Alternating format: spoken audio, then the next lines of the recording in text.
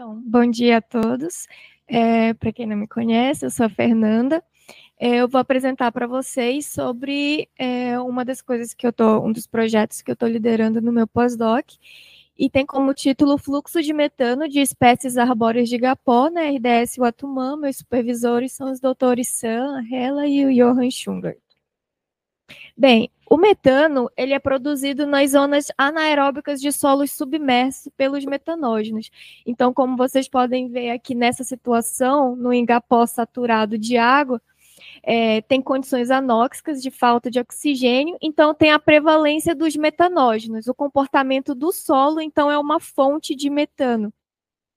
Por outro lado, quando o igapó está na fase terrestre, onde eu tenho já uma abundância de oxigênio, o que vai prevalecer são os metanotróficos. Então, o solo, esses metanotróficos consomem metano, então o solo se comporta como absorvendo um sumidouro de metano.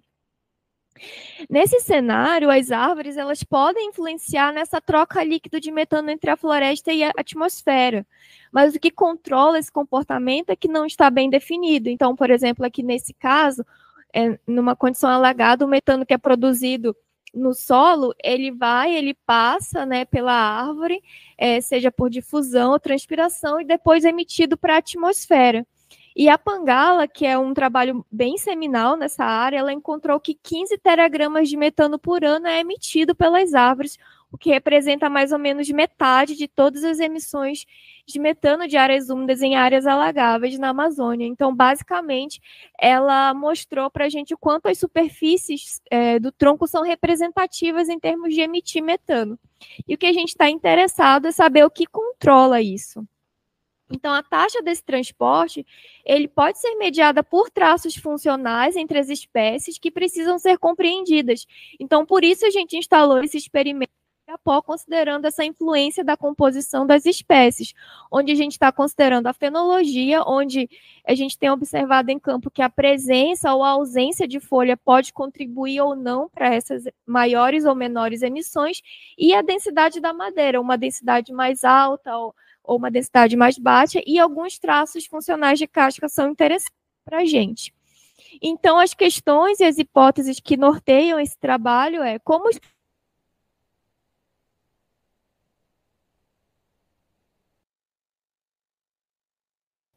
fluxos de metano do tronco das árvores mudam com a madeira, que as emissões de metano do tronco serão maiores em espécies com comportamento fenológico sempre verde, e que também as emissões de metano do tronco serão maiores próximos à superfície, indicando que a difusão é o principal processo de transporte.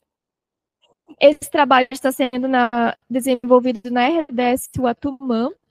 Então, para chegar à área do experimento, partindo do acampamento, você primeiro tem uma rota que vai de carro e depois de lancha, mais ou menos uns 20 minutos, você chega lá, e é importante salientar que esse igapó ele é influenciado pela hidrelétrica de Balbina. Então, como é que é o desenho experimental?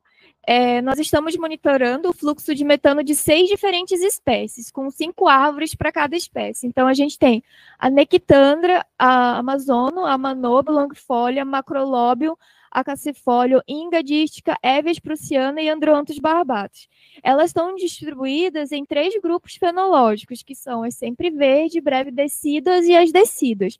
Dentro de cada grupo, eu tenho uma espécie que é de baixa densidade e outra de alta densidade.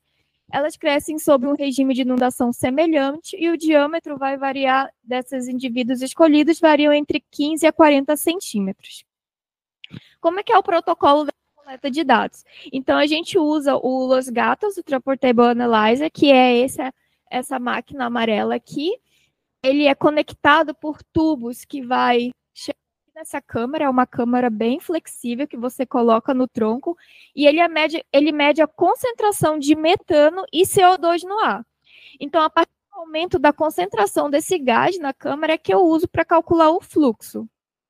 Durante o período inundado, eu estou medindo a profundidade da inundação.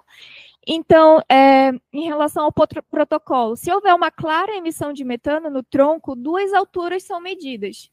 Mas se não houver emissão de metano, ela não é clara, aparece só um ruído, apenas uma altura é medida. E a altura da posição das câmaras no tronco também é registrada.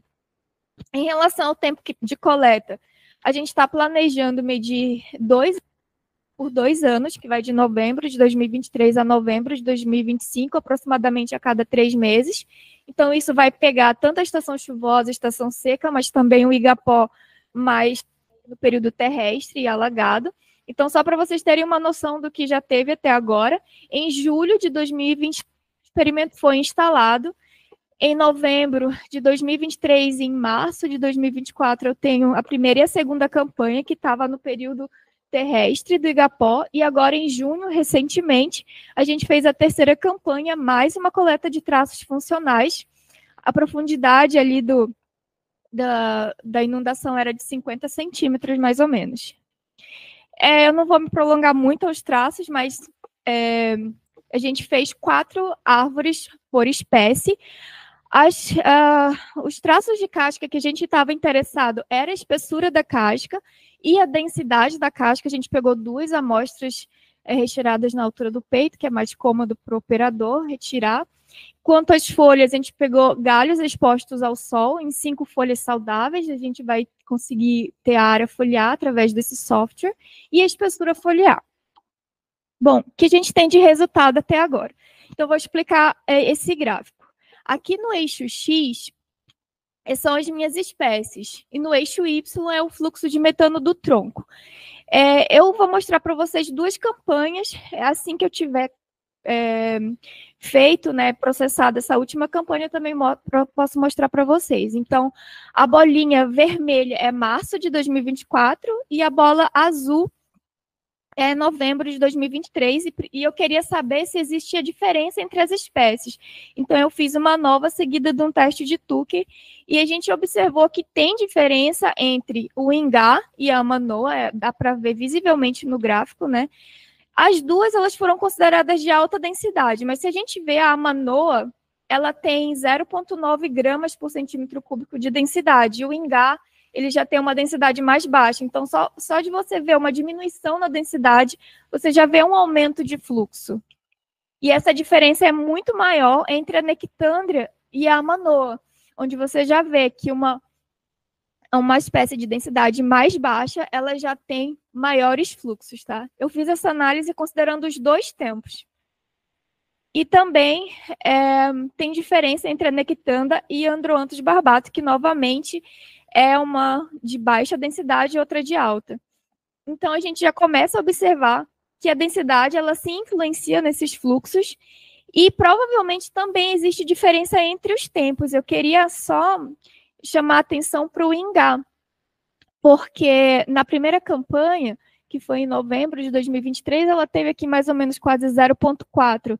E quando ela perdeu as folhas, que foi em março, todos os indivíduos perderam a folha, elas diminuíram o fluxo. Então, isso é algo novo, porque a gente tem observado que quando essas espécies perdem essas folhas, elas tendem a regular esse fluxo de metano para baixo, e isso é uma coisa nova nessa área, né? A gente acreditava que a emissão no tronco será maior na superfície, também indicando que a difusão é o principal processo de transporte. A maioria, algumas mostraram, né, maior emissão na primeira posição, mais próximo do solo, outras quase que não teve diferença, mas isso foi observado mais fortemente na segunda campanha. Você já começa a observar maiores emissões na primeira posição, mais próximo da superfície do solo. E em relação aos traços funcionais, a gente vai querer cruzar esses dados com o fluxo de metano dessa última campanha. Até agora, eu só tenho mesmo uma tabela descritiva, né? Que a gente encontrou é que as que têm maior espessura da casca foram a Nectandra, a Amazono, a Macrolobium e a Inga. As maiores densidades da casca foi a Manoa, e a espessura da folha foi maior para essas espécies sempre verde, Nectandra e a Manoa. Então, como conclusão, as emissões de metano ele varia entre algumas espécies, com indícios de que a densidade da madeira e a queda de folha regulam essas emissões de metano no tronco. Esperamos, então, que a composição das espécies deva ser levada em conta ao considerar essa troca líquida de metano floresta e atmosfera nesse ecossistema de Igapó, e também estou curiosa para entender o que está acontecendo com esses fluxos na fase alagada, onde você tem condições mais anóxicas, mais metanogênicas, então emissões muito mais altas do que na fase terrestre. Então, obrigada a todos que têm contribuído direta ou diretamente.